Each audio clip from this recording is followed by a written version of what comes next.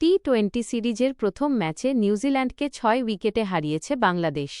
কিউইদের দেয়া ১৮৩ রানের টার্গেট ১২ বল হাতে রেখেই টপকে যায় টাইগাররা। এই জয়ের মাধ্যমে আন্তর্জাতিক টি-20তে ব্ল্যাকক্যাপদের বিপক্ষে সর্বোচ্চ রান তাড়া করে জেতার কীর্তি গড়েছে বাংলাদেশ।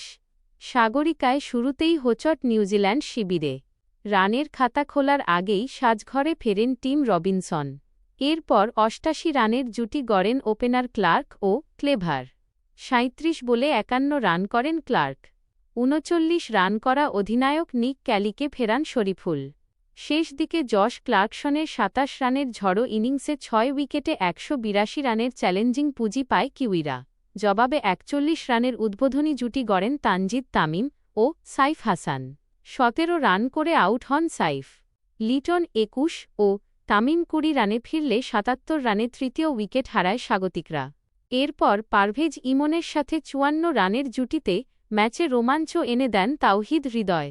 ১৪ বলে ২ ছক্কায় ২৮ রানে ফেরেন ইমন।